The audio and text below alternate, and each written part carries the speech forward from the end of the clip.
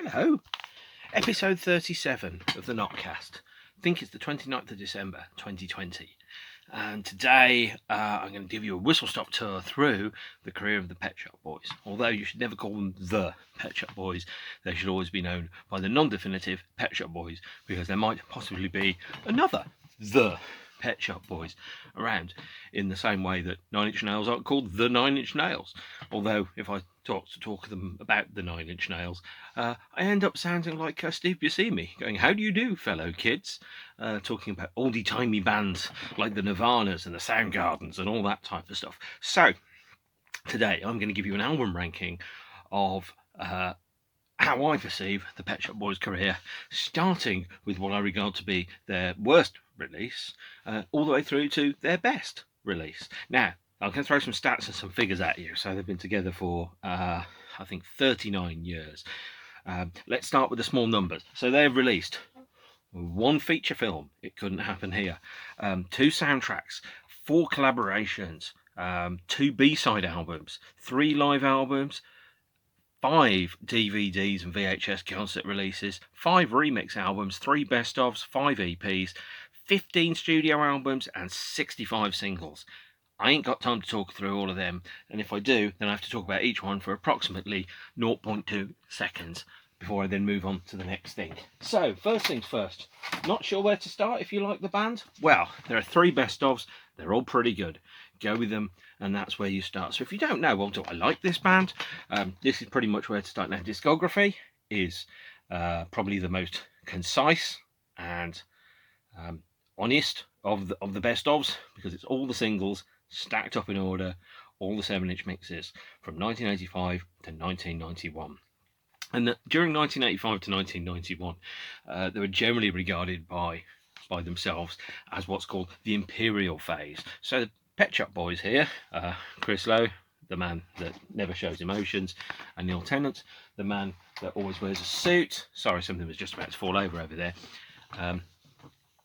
I regard as, fantastic British artists. In my opinion, I think of them as the disco Gilbert and George, actually. And when we go through the record sleeves, hopefully that'll become a bit more apparent, is that they see themselves as almost, blank tablets upon which people project their thoughts and ideas. Now, I'm aware I'm using the word quite a lot at this point, and if I carry on using the word too much more, I should probably report myself to Boris Johnson. Oh, I do not like that man for using too much, but alas, and whenever Boris uses the word alas, things are going to be pretty bad. But alas, being Boris Johnson isn't actually a crime. So we're going to grab this podcast by the scruff of the throat and ipso facto discography. No, absolutely. So anyway, best ofs. 3 Pet Shop Boys best ofs.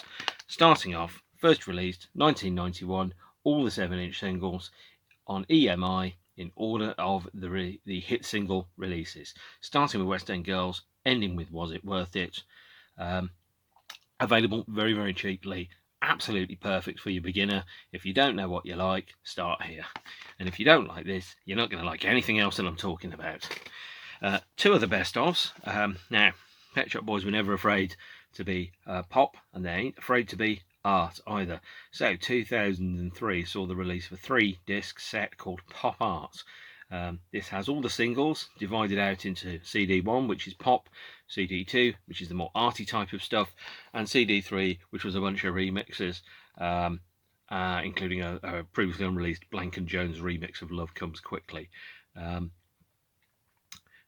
Great best of, comprehensive, but not in chronological order. Makes a bit of a mess of the dates. Next up, 2010's Ultimate. Now, this comes in a multitude of formats, but this one here, the 2-discer, has a selection of all the singles, running from West End Girls through to 2010's together, alongside a DVD which has 27 BBC TV appearances on it, and the 2010 Glastonbury Festival headline show. Total running time of that DVD is about 3 hours, so if you do get a version of this and it's not too much more expensive, get the version with the DVD. You get a free Pet Shop Boys concert and a whole bunch of television appearances. So that's your hits out of the way. I've now got about 40 minutes to talk through about 40 albums. So go! Okay, so my least favourite Pet Shop Boys album doesn't actually exist in a physical format.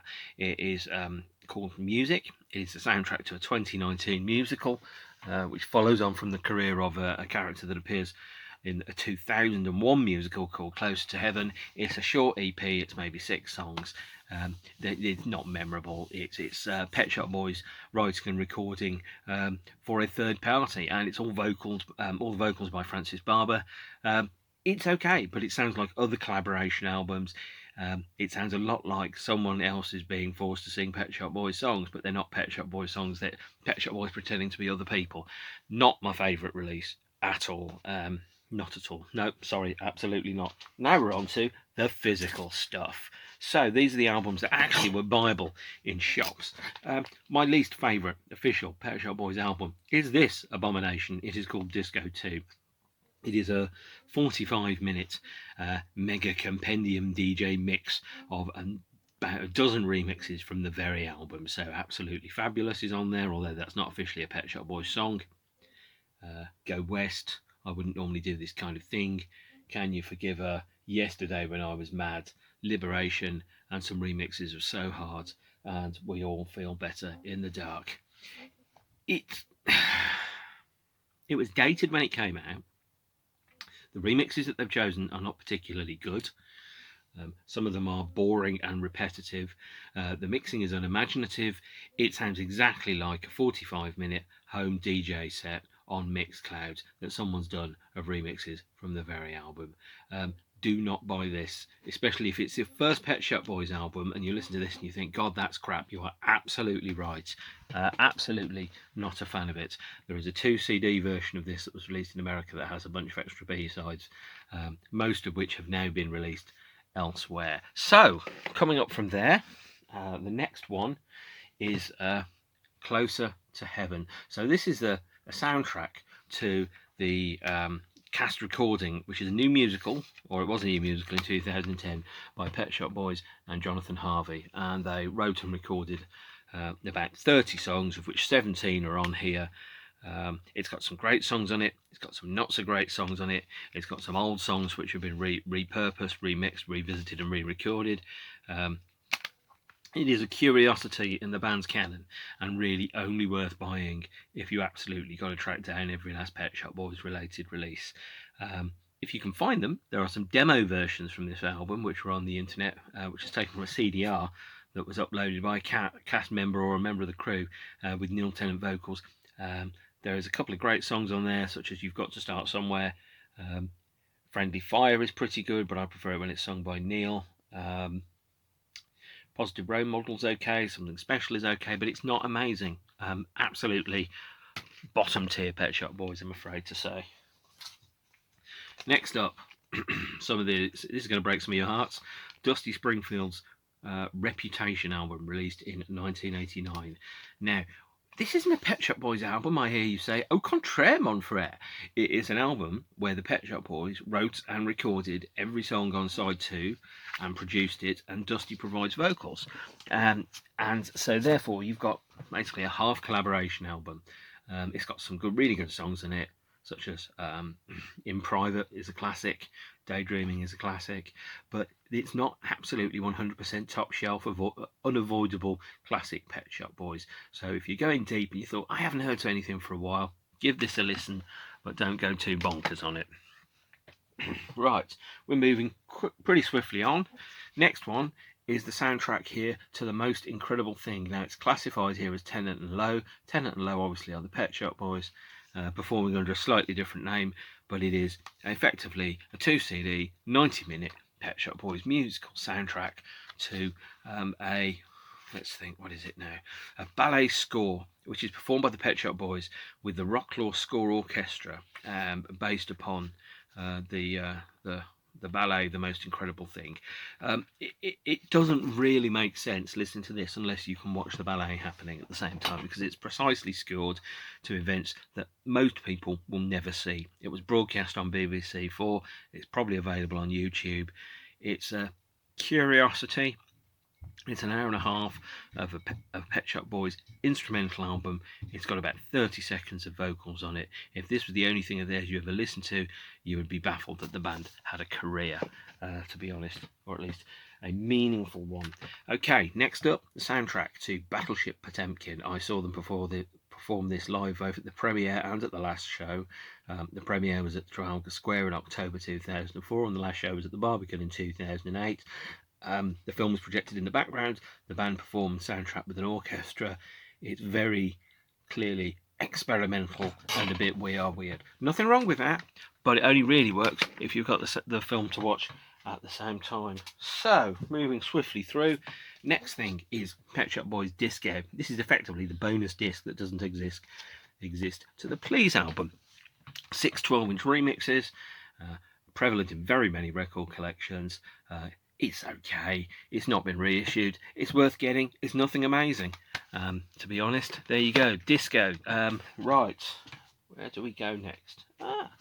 So next up is a soundtrack to My Beautiful Laundrette, which the band have done 7 songs for. A soundtrack to an original stage production of My Beautiful Laundrette. This was available free or bundled in with copies of their 2020 publication, annually deleted, hard to get, harder to listen to. It's okay, nothing amazing there. No need to really kind of spend too much time on it. Next up, Pet Shop Boys and Liza Minnelli recorded a joint album called Results. This is great. It's not a Pet Shop Boys album, but it's a great album actually, and it's all the songs on it apart from I think a cover version of Love Pains and Twisting My Sobriety and Losing My Mind. So it's 1989, peak Pet Shop Boys, Liza Minnelli on vocals. If you think, God, I'd love to hear what Pet Shop Boys sounded like in 1989 with Liza Minnelli on vocals, this is the dream album for you. It's also got on it a fantastic song called I Want You Now, which I think is one of their best songs, but it doesn't hang together as a Pet Shop Boys record.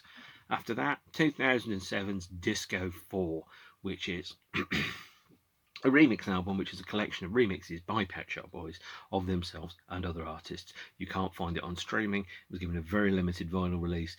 It's probably quite expensive to find. It was deleted quite quickly.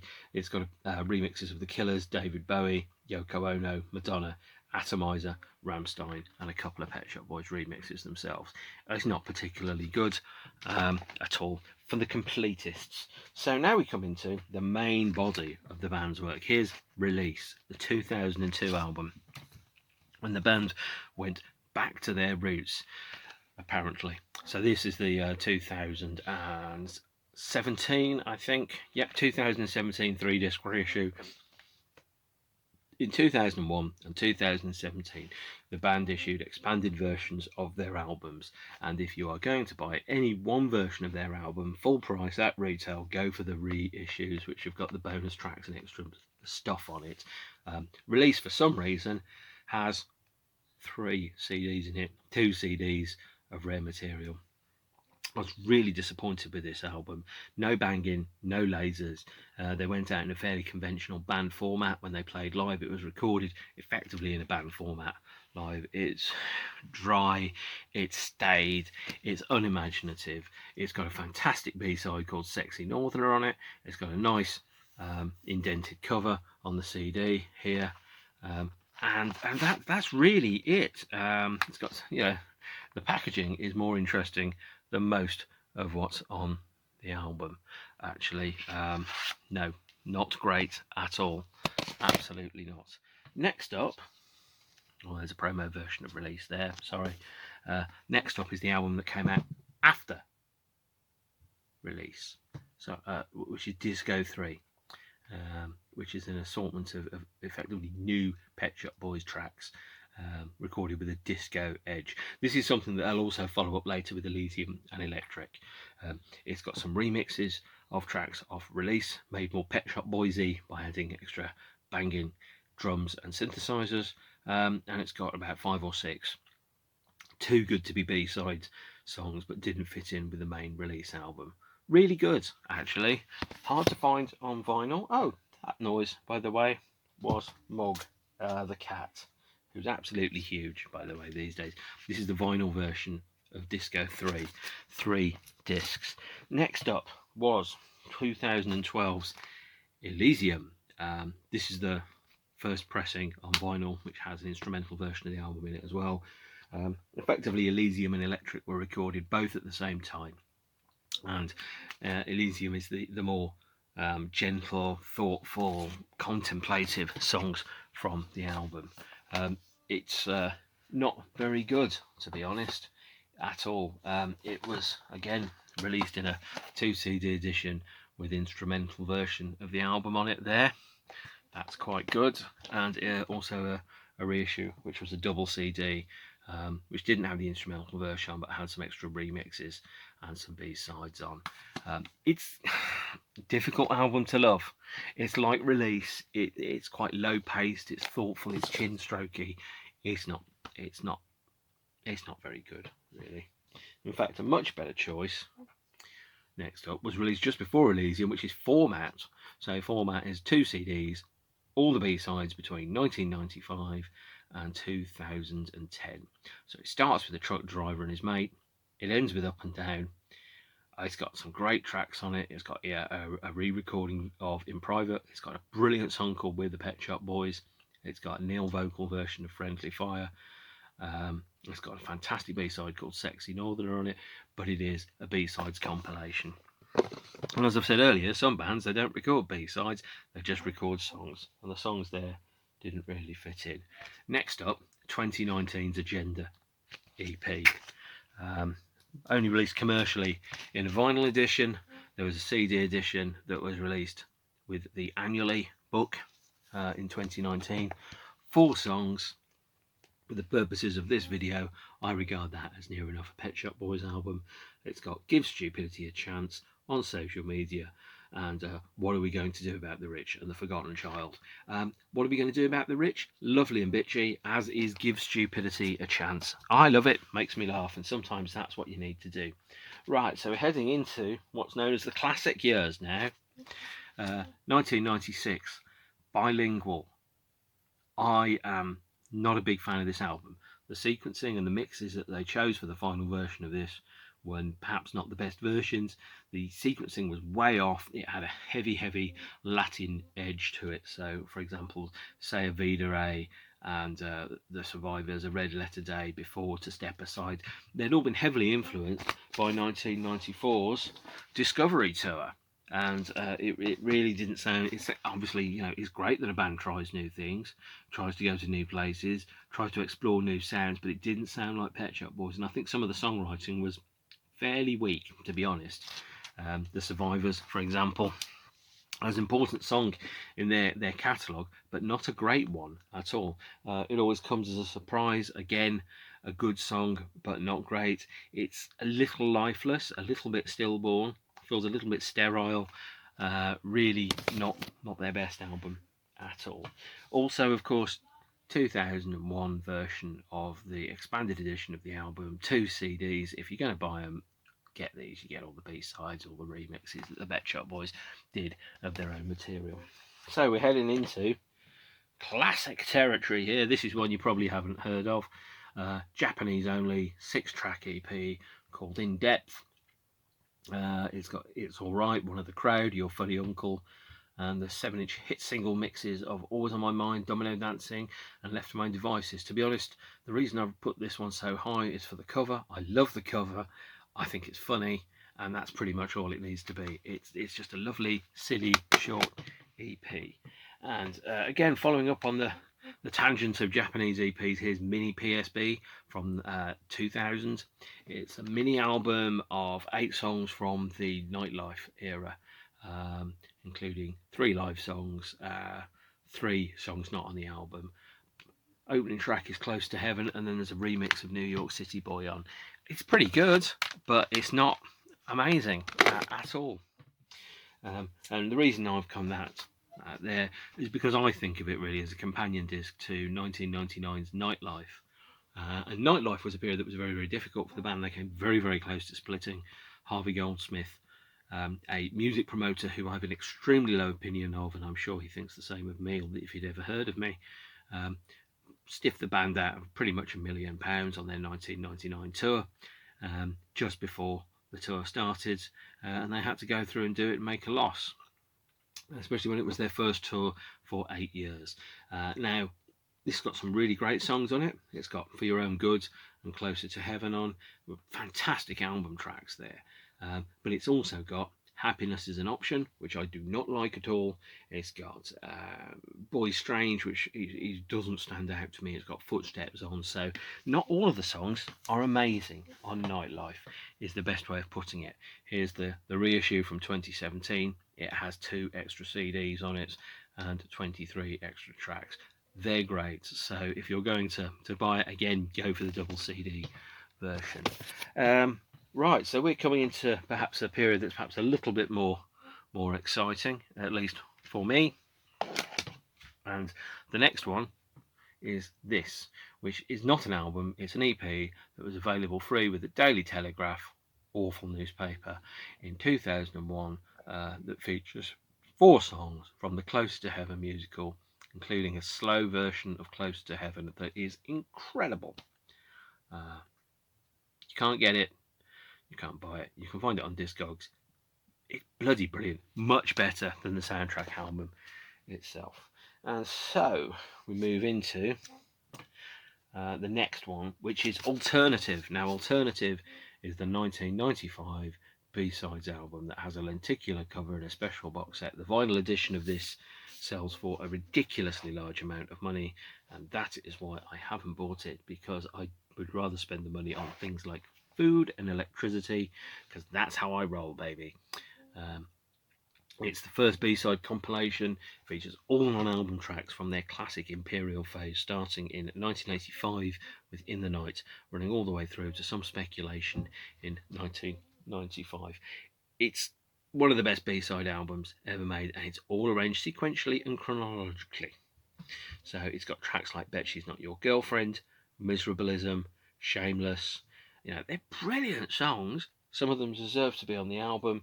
Great fun. Sorry, there's a cat down there, by the way, who's playing with a sock. Let me quickly show you the cat. Hang on a moment. Right. There you are. There's the cat. Not looking that impressive about the sock. Now, are you? Oh, I'm queen of the socks.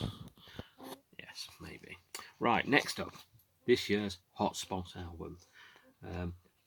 The reason this is so low in the ranking is for 2 reasons. One, it's been out for about a year. I haven't grown to spend a lot of time with this album this year because, as you know, 2020 has been a dumpster fire of humanity and culture. And I have been doing whatever it takes to survive. Also, the band haven't had any live shows this year, so I haven't been able to experience the live concert arrangements of the films and the songs. And I think the concert arrangements are the things that make them much, much better. There's the signed version of the LP, which you could get from the band's official web store. Here is the double CD with the instrumental version of the album on it. It's got some great songs on it. It's got Will O' the Wisp, Dreamland, Monkey Business, which a lot of people don't like. Sequencing is a little off here. There's a fantastic B-side called Decide, which should have been on the album, but it isn't. What are you going to do? Well, do you know what? I'm going to buy it. I'm going to program my own version of it as we go through. Right, next up is Pandemonium, live at the London O2 in 2009. Now, this wasn't released on vinyl. It was released as CD and DVD in this set with the whole show on the DVD. There's a lot of unsold, there's a lot of empty seats on this DVD because the weather was bloody appalling on the night of the show, and a lot of people just couldn't get to the show, but the show went on anyway. The show must go on. And so if you look at the crowd, you will see empty spots in the O2 arena. We couldn't make the show for a number of reasons, including the weather, but we saw them 6 months earlier at the O2. Brilliant show, hasn't changed a bit. Great live album. So this is probably actually the lowest paced of the lowest ranked of the live albums, but a Pet Shop Boys live album is surprising and innovative and revelatory, and it's much better than you might expect because it's not just one bloke standing there pressing keys while the other guy looks bored. Following up from that is Yes, and Yes was the 2009 album that had a lot of, again, at this point though, the band were it was a job, it was a career, it was their job. They went and they recorded songs, they released songs, and they played songs live. And there's an element of that starting to come in, because at this point the band have been going for 25 years. And when you've been going for 25 years, there is an element of, well, it doesn't matter if your songs are particularly good, you're going to carry on doing the work, playing live. It's got some great songs on it. It's got The Way It Used to Be. It's got some not great songs on it, such as Building a Wall is not great, King of Rome is not great, Legacy is not great, but here's a 3 CD version of it, which has got loads of brilliant B-sides and extra non-album songs on it, such as It Doesn't Often Snow at Christmas, which is one of the best Christmas songs ever, and if you disagree with me, you are wrong. But that's okay, because it's a big world and I have to respect other people's opinions, even if I don't necessarily agree with them.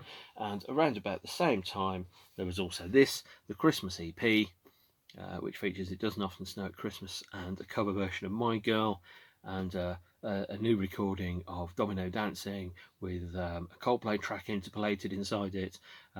It's fun, but all those songs are on the 3 CD version as well. Okay, I'm running out of shelf space because they have released so many records. Fundamental. This is the bollocks. This is a great album, actually. This is where we're starting to really see the band hit their peak and just go at it and keep going. Okay, now aside from the fact that Fundamental is, in my opinion, poorly sequenced, it's a brilliant record. The live shows were fantastic. The visuals and everything that went with it is absolutely great. It's got the Sodom and Gomorrah show on, which they still play to the most recent tour, and that should have been the opening track on the album. It's got Minimal, it's got Integral, it's got Casanova in Hell. Great album, absolutely great album. This is the Pet Shop Boys really starting to run at peak speed, ramming speed almost into what's happening around them. And I'm going to break with convention because the next one is Inner Sanctum, which is Pet Shop Boys live at the Royal Opera House in 2018. It was filmed over 4 nights. I went on the second and fourth night. It's bloody brilliant. I also went to the first night of the tour in 2016 and also saw us at the Birmingham Barclaycard Arena. Great show, great live presentation. It's a Blu-ray, it's a DVD, it's 2 CDs. It's fun and you dance around in your room to it. And if you know where to look, you can find me in the crowd. But you don't, because I haven't told you where to look around it. Next up after that, Concrete, the live album, recorded in 2006 with a BBC orchestra. This is, again, fabulous. Got a lot of rare performances on it. So it's got, for example, Casanova in Hell, sung by Rufus Wainwright, Friendly Fire, sung by Francis Barber, Jealousy, sung by Robbie Williams, full band show with an orchestra. I did apply for tickets. I wasn't successful. It was a BBC competition winners thing, but it's a really interesting new spin upon the songs with an orchestra performed live. And talking of performing live with an orchestra, the band performed live with an orchestra at the Royal Albert Hall in 2017. They also played live in Salford in 2012 with an orchestra in 2014 at the Royal Albert Hall, where they debuted a song cycle called the Man from the Future about Alan Turing. That hasn't been released. It's only been performed live once. It was only broadcast on the radio once. It's an anomaly in the band's body of work, sits near the bottom of it because I haven't got used to it, but it is worth hearing. And Concrete is a great live album because it's not your standard, here's a bunch of people standing in a stadium somewhere when the guy pressing the buttons and the computers make the noises and the lights and the lasers go boom. It's nothing like that at all. It's the band and an orchestra performing for the only time and for the first time many of the songs in their body of work. So I've skipped around a little bit. Here's the 2 CD version of Fundamental. Here's the 2006 2 CD version of Fundamental, which is again got a different set of bonus tracks on, so you have to keep up with that. We're into the final straight now, and I may possibly even take a breath at some point because it feels like I'm throwing information at you. What's next? Well, here it is, Introspective, 1988's disco album, which was effectively an album of disco and 12-inch extended mixes of songs that hadn't been on any Pet Shop Boys albums before. It's not introspective at all, actually. It's full of bangers. So perhaps it's the least appropriately titled of the Pet Shop Boys albums. And the versions of the songs are pretty weighty. So it's got Left to My Own Devices, Domino Dancing, I'm Not Scared, Always on My Mind, and It's All Right. And it kind of tails off towards the end, and I think this is where perhaps they should have been a little bit tighter, I think. So maybe put one of the alternate mixes of Always on My Mind on. There's a Phil Harding 12-inch, which is just much, much better than the version that they've chosen on here. The re-recorded version of It's All Right, that's on the mini EP. Sorry, not on the mini EP, it's on In Depth. Blows the version of this bang out of the water. But it's a good, solid Pet Shop Boys album from their Imperial phase. And the Imperial phase is when bands are indestructible. You know, they can do nothing wrong, and everything that they do is a hit straight out of the gates. And Introspective was the first album where the band, I think, started to perhaps fall a little bit out of the Imperial phase. The video for Domino Dancing was quite divisive. It was quite homoerotic. America certainly wasn't as advanced and as liberal enough to really accept that. Radio play dropped off for the band in America. They stopped being a hit band and they started being perceived through the prism of being a gay band. And all due respect to America, 74 million people, I think, voted for Donald Trump. If not 74, then 70 million people, and that guy is a homophobic dickwad. So you can still prove that instantly Pet Shop Boys would have lost about 70 million fans if they had 70 million fans to start with, because they'd have gone, oh, there's boys and they're doing things, and you know, Your Lost Guys, great album. Moving on from that, we are going into the final straight of the band being bloody brilliant. Here is the debut album, Please. Again, keeping with the tradition of single word titles for an album. This is a hungry, vital debut album. It doesn't blow all of its shots in one go, by the way, because at this point the band had Rent, they had It's a Sin, they had I think Heart, they had I think they had It Couldn't Happen Here in the bag, waiting to happen, and they decided to keep those back for other albums. And they had Jealousy, for example, as well, which they didn't release until their fourth studio album. So the band was very clearly and deliberately keeping the groundwork for, so they didn't go and blow all their great tracks on one debut album. Now in another world, It's a Sin and Rent and Jealousy are on this album, and it's even better than it already is. But frankly, it's bloody great, actually. Please, as a debut album, it's a strong, assured album with good sequencing, with great tracks on it. Its side A is one of the strongest side A's that you'll see in any band ever, because it's got West End Girls, Opportunities, Love Comes Quickly, and Suburbia all bang up next to each other. It's also got Tonight Is Forever and Later Tonight and Why Don't We Live Together. It's one of the great debut albums of the 80s, and it doesn't get enough appreciation or love. Now, Please also had a 2 CD edition that was released in 2001 that had a lot of extra songs, B-sides and mixes on. The 12-inch mix of Love Comes Quickly is one of the finest pieces of music ever. It should have opened the album, actually, because it just slowly, it's about 7 minutes long, but it slowly brings in, over a couple of minutes, every single one of the instruments that you would expect to have. It's a fantastic intro for an album, but they didn't choose it. Next up, Super from 2016. Maybe this one's a bit of a surprise for some of you. Not a surprise for me. Aside from the fact that I think side B is better than side A.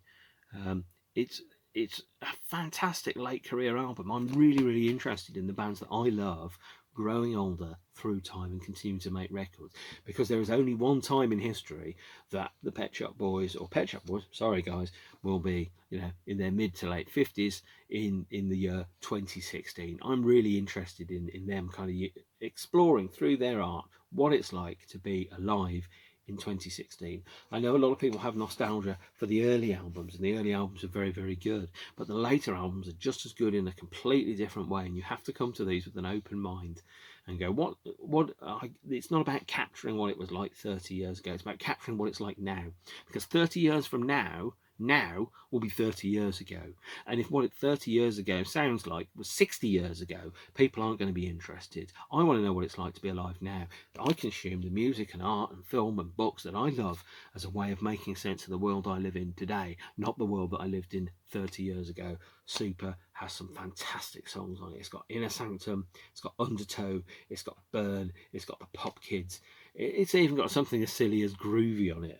And a track called Pazzo, and you can't knock a track called Pazzo. Super is a fantastic Pet Shop Boys album. It's a super album. I love it to bits, and I will punch you. Well, actually, no, I won't punch you. I'll probably hug you around that. Now, we're into the final straight of the band. Next up, 2013's Electric. Make no bones about it, this is bloody-tastic.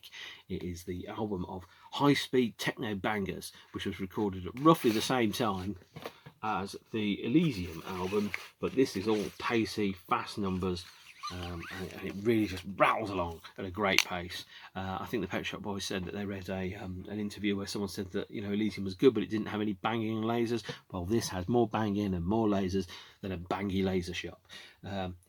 By the way, you look at the track listing on that, and I'm going to guess that you aren't, but I'm going to use the CD to make it perhaps a little bit easier. The track listing is arranged alphabetically, opening with Axis, then following up with Bolshe, and then finally ending on vocal. It's a great album, and the first time I heard most of the songs from this was when they played live at the London O2 Arena before the album came out. And they played Axis, and they played Vocal, and I think they played Thursday with Example, and I think they played The Last to Die as well, which I think is a Bruce Springsteen cover. Correct me if I'm wrong, I know one of you will if I am. It's bloody great. Bands don't get to the age that Pet Shop Boys are. They don't get to make albums for 30 years. Most bands, when they've been making albums for 30 years, are kind of on the way out. They're kind of going, well, I've said everything that I had to say 10 years ago. So, yeah, as Brian Ferry said, one of the reasons he doesn't make so many albums is because there's so many songs about jets and swimming pools that you can write. Well, nice to see you've still got your head in the clouds and your feet on the ground. Next up then, this is two albums in one. This is Very and Relentless from 1993. Very is an iconic record. Relentless came with the first 15,000 copies of it on CD. Relentless is an instrumental album that's experimental and weird in the same way that some of the soundtracks are, but it's not built around events that are happening on screen that you can't see. So it's long instrumental pieces, minimal vocals, lots of production tricks. Just a great album, and I rank that up alongside well, we're very nearly actually at the number 1 and number 2 spots. Very is my number 3 favourite Pet Shop Boys album. This is just perfect. There's not one song is in the wrong place. Every song is absolutely right. The mixes are perfect. The starts and ends of the songs just fall effortlessly into each other, and this is a wonderful refutation. It's almost like a cocking a snook at the circumstances that the band were working in, and in the late 1980s, a lot of people in Britain who were gay were dealing with HIV, with AIDS, and one of Neil's best friends died in 1989. And this album is, and I think I understand another couple of people that were closely associated with the band also died around about the same time. And this album is a very clear, very definite decision to celebrate life and living, and to recognise that how wonderful it is to be alive on this crazy ball of rock, travelling through the world at this period of time. I'm going to talk a little bit about design. Pet Shop Boys design is fantastic. Here is the Lego cover of Very. It cost them 40p in royalties taken out of their cut to have this cover on every CD in the initial versions of the album, and it's classic, iconic, perfect piece of design. Here is the 2001 reissue, by the way, with 2 CDs on it. What else have we got? Well, we've only got 2 albums left now. And I bet you're wondering, well, which one's number 1? Which one's number 2? Surely there can't be any other albums to mention. Well, they can. Number 2 is Behaviour. It's a wonderfully mature record that really captures what it was like, for me at least, to be alive in 1990. Now, 1990, I was a 17-year-old spotty kid with a full head of hair, who had never spoken to a boy or a girl in a romantic sense ever. And this album is clearly the work of older, more mature people, but there's kind of like almost a sense of tired, exhausted world weariness and acceptance, a joy and the sadness around this album that I think really pulls the whole thing together. Technologically, it's a fantastic bit of production work. Huge chunks of it were produced by Harold Faltermeyer, who worked Giorgio Moroder. It sounds great, it sounds perfect, and there is not one song on it that sounds like it shouldn't be there. It's a strong album, and it's made out of strong feelings and emotions and maturity and cleverness, and it's just great. And listen to it, please. It's got Being Boring on, which I can't believe I haven't mentioned so far, but is widely regarded by a great many people, all of whom are right, as one of the best albums. Again, 2001 double CD. So my number 1 Pet Shop Boys album, if you've seen other episodes, this will not be a surprise for you. It is actually, this is a life-changing record for me. This was my way in to the band. I listened to this, and I borrowed a copy of it off a friend at school, and I was like, God, I didn't know music could do that, because all the music that I was hearing at the time was pop music, it was radio music, it was hit music on the radio, songs about tainted love and love is strange and all that type of stuff, and those songs were shallow, and I knew that there was more to life than that. And it was only when I heard this and I kind of thought, yeah, pop is art, and this was a socio-economic essay that you could dance to, this album, and it changed my life, and it opened my eyes to the entire, the importance of bloody great pop music and great musicians, and put me on the path that led to bands like Depeche Mode, like New Order, like Underworld, like Kraftwerk, all those other bands that I love and have talked about elsewhere. Here is the 1987 actually album, reissued on a double CD with a whole bunch of B-sides on. Now, that brings us up to the close as to those albums and the order and ranking that they're in. I will try to remember which order I've put them in so that you don't have to watch the whole video, and I'll try and put that into the comments section. There's a couple of other things I haven't mentioned. I'm going to quickly go through those. The band have done a number of live DVDs and VHS releases. There was a VHS called Highlights. This is Projections, which is the back projections, which were shot by Derek Jarman for the 1989 tour. Highlights is barely worth mentioning because it's only only 30 minutes long, and it's only the last half of the show anyway. This is Discovery, live in Rio, from the famous Pointy Hats period. It's brilliant, but it's not on DVD, it's on VHS. Now, going to go through a couple of other live shows. I have ranked these in my order of preference. Montage from 1999, early days of DVD technology, not particularly good. Somewhere, filmed at the Savoy. It's 2/3 of a show. I didn't go to these shows, so I have no memory of them. This is Cubism, live in Mexico on the Fundamental tour. I saw this tour at Hammersmith, blew my socks off, loved it to bits. And this is my favourite Pet Shop Boys live document. It's Performance, filmed at the Birmingham NEC in 1991. I was there. I had no idea how good this was going to be. It's a fantastic bit of staging, revolutionary in fact, in terms of how a live show could be presented, because the Pet Shop Boys effectively just became, as I said, like passive observers around which the live show happened and the presentation happened. I have only grown to appreciate how good that was over time. Anyway, that brings us up to the end. I'm fast running out of time. That's my ranking of the Pet Shop Boys albums. And I think I'll talk through each one of those albums and releases, mostly individually, in future episodes, assuming we still remain in lockdown. And at that point, I'm going to wrap up here. It is the 29th of December. I'm now at the point in Christmas where I don't know what day of the week it is or what time it is, or even what meal I'm about to eat, if I'm about to eat anything, because time has turned upside down, and it's quite glorious, actually. It won't last. I'm going to make the most of it. So I'm going to go downstairs, I'm going to go and eat something, and I'm going to stop talking, and I'm going to wave and say thank you for your time. And for your comments and your suggestions. This episode was inspired by a question from somebody who said that they were looking for episodes about how the Pet Shop Boys albums were ranked. Well, here it is, although you didn't know I was going to do it. Gift that keeps on giving. And I'm going to wrap up here. Thank you very much. And it's quite late now. I've tried to keep the yawning to a minimum. Not sure what I'm going to do next for my next episode. I have some ideas, but if you have some suggestions, put it in the comments box.